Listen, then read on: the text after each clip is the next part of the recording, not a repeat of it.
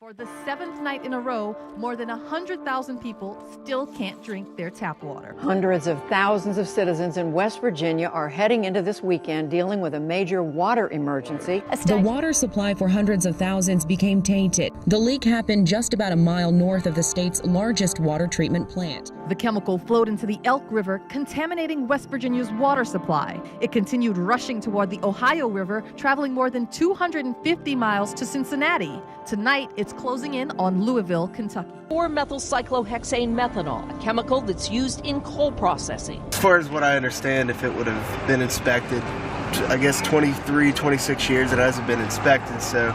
The lack of regulation and enforcement in the state is very much connected to the political power of coal in West Virginia. When the governor, for instance, says that this is not a coal issue, that's not true. This is very much related to the ongoing pollution of the coal industry in southern West Virginia counties that has created the condition that has allowed this spill to affect so many people. Look guys, it has been an extremely long day. I'm having a hard trouble talking at the moment. I would appreciate it if we could wrap this thing up. I will... we have a lot.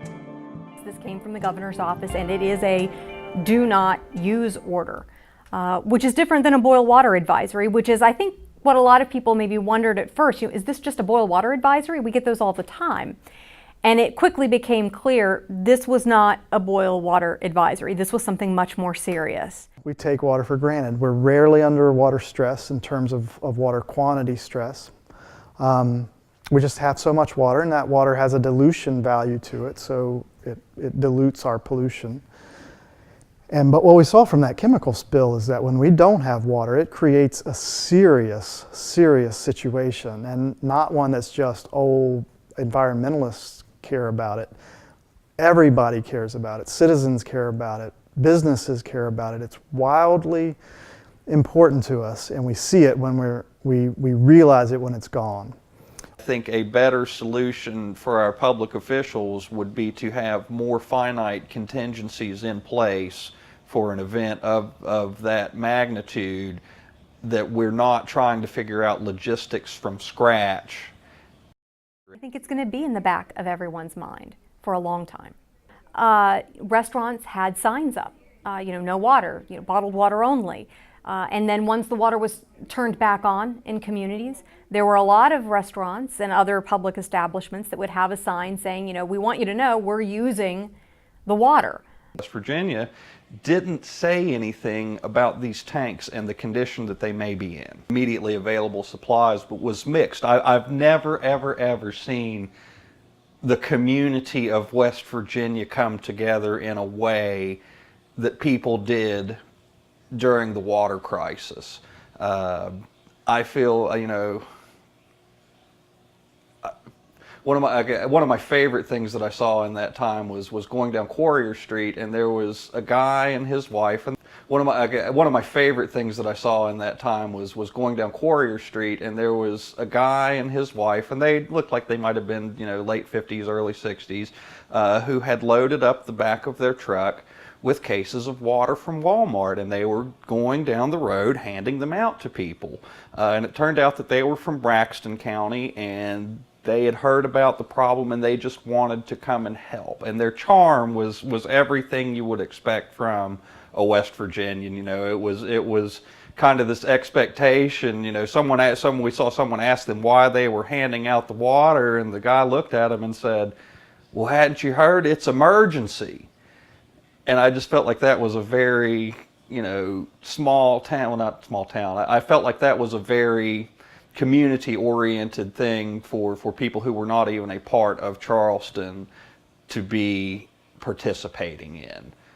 There really wasn't a lot of information to be had in the beginning. There wasn't the research on crude MCHM.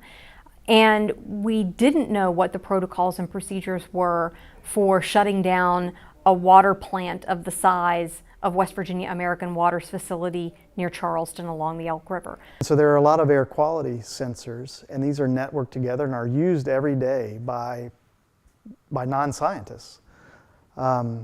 Whereas water sensor technology is there's good technology for measuring things in the water, but the way we network that information together and then spread that or communicate that to people that they can use it then is pretty limited. We don't really do that.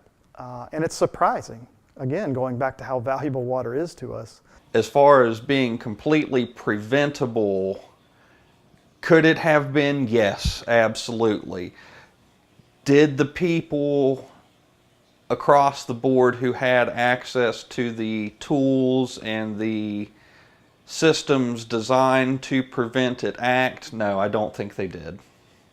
And the project through the College of Media is, while the science is not necessarily innovative, what's innovative is that as media experts begin to do science, begin to understand the science, and their ability to communicate that science increases, regardless of the value of the science. And so that is crazy valuable over time.